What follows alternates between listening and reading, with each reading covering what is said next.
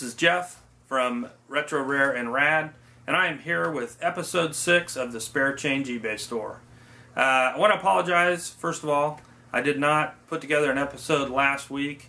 Just really got busy with work. I had to go out of town and was getting a little bit behind, so didn't have time to put an episode together. But this week I do have some good stuff to show you. First I'll give you a little update on my eBay store, and then I will show you the items that I've picked up and the items that I've sold. So let's get right into it. So the first thing I want to do is update you on a milestone that I achieved, and that is the yellow star certificate from eBay, which just indicates that I've had 10 positive feedback. So not a huge milestone, but a milestone nonetheless. And I haven't received feedback on all of my items, but I was happy to get to 10, and hopefully I'll get to 50 pretty quickly. I guess you get another certificate at 50. So, while I'm on the subject of feedback, I did get a question from Nice to You Picker. I will leave a link to her channel here, but she asked me, what I do to try to get feedback from buyers or solicit feedback from buyers. And the answer is really nothing other than putting a little note on the invoice, just asking them to contact me if they have any issues. I really don't do anything beyond that. Obviously I do all of those things to hopefully have a happy customer, but I don't send emails, follow-up emails asking people to leave feedback. For me, when I receive those types of emails, it really just kind of frustrates me, and I feel like somebody's nagging me. Eventually I will get around to leaving feedback, but I don't want to be pinged all the time from people asking me to leave feedback. So I don't do that to my buyers, and I just really rely on making sure that I have happy customers, doing anything I can to make sure they are happy. And then if they leave feedback, great. If they don't, fine too. Eventually I'll sell enough items that I'll get my feedback built up just from people that do that. But if people don't leave feedback, fine. I'm fine with that. One thing I do is, though, I will do everything I can to avoid what I consider negative buyers. For the most part, my experience is that 99% of the buyers are easy to deal with, are not an issue. But there's that 1% of buyers out there that no matter what you do, they're going to be a problem. So I try to look for signs of that early on. In fact, I had a recent example of that.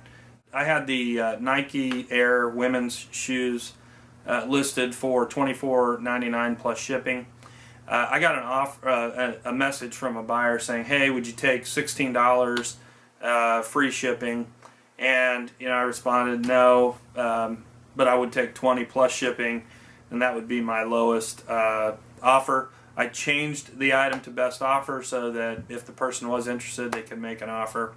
I didn't hear from her for about a week, and then I got a note from her saying, "Hey, I'll offer you $20 plus shipping, but I don't want to pay you until the 1st. And this was about a week away from the 1st of the month. So I said, "No, I'm not going to accept your offer." I declined her offer when it came through, and I immediately got a snarky email from the person saying, "Hey, I thought you would take $20. Why did you reject my offer?" And the tone of the message was very negative.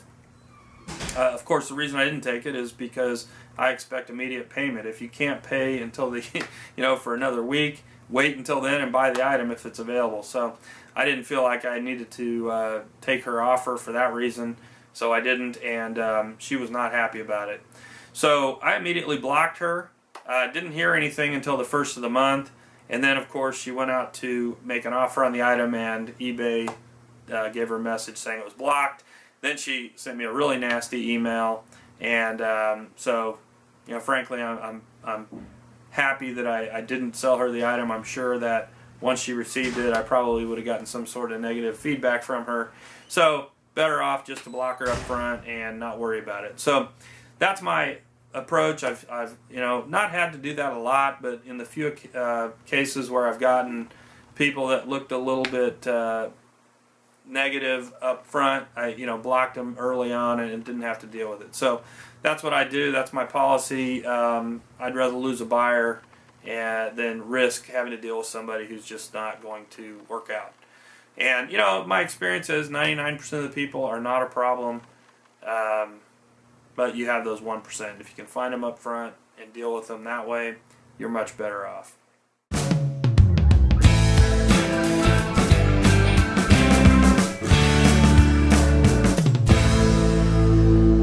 So now let's go into the new items.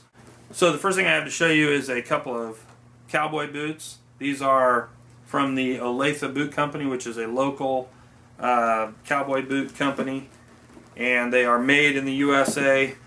These I paid $7.99 each, which frankly is a little high given the condition, but I think they'll clean up nicely. They really don't have a lot of wear on them. So I think I'll make a little bit of money, probably $24, $25 a piece on them, maybe. So not a bad find. The next thing is also another pair of shoes that I found on the same trip to a thrift store. And these are Eastland women's penny loafers. The reason I picked these up is they look like they've just never been worn. Paid $4.99 for them. Not worth a whole lot, probably get 20 bucks out of them. Next thing is a unique item. And as you know, here in the Spare Change eBay store, one of my goals is to find things that I would normally not pick up, try to branch out a little bit, and this is definitely a kind of an experimental item that I bought. Now the good news is I only paid $2 for it. It is a heavy mesquite turned lamp, and it's got a little plaque or kind of a note down here that says souvenir of Eastland, Texas, made of genuine West Texas mesquite. And it is very heavy. It's kind of neat. We'll see. For $2, I figure it's not a bad deal. The challenge is going to be it's pretty heavy, and so we'll see how it does. I couldn't find anything else out there like this. There were some mesquite wood lamps out there that were going in the $99, $100 range. I'm guessing for this one, probably I'll be lucky to get 40 or 50 bucks out of it. But we'll see if I can get even that. If not, I'm in $2. Big deal. I can use it as firewood if I don't sell it. The next thing is some billiard balls that I picked up. These are Belgium Aramath balls. They're fairly old. I can tell by the color. They're fairly faded, or not faded, but yellowed. So I know this brand, the Belgium Aramath billiard balls, are nice, and some of them sell in the $50 to $60 range. These being a little older, I just don't know how they're going to do. I may actually auction these to see what I can get. I paid $12 for them. I might make I might make 10, 15 bucks. I might make 30 bucks. I don't know. Got to do a little more work to figure out what I'm going to get out of those.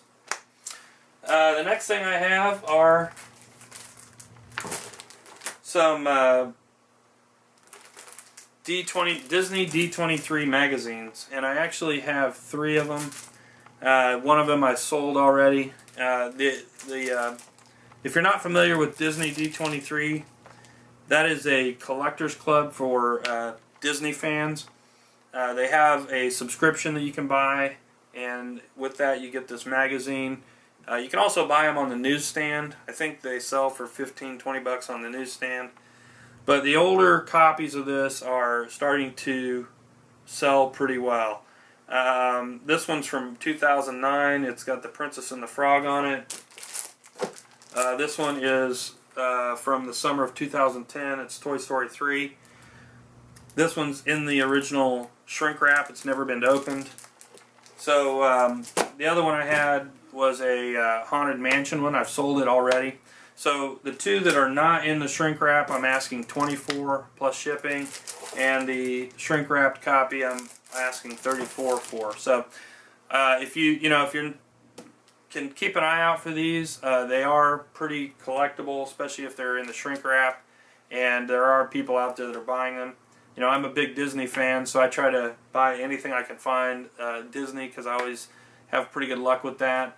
First time I've picked up the D23 magazines, but I will definitely keep my eye out for these in the future.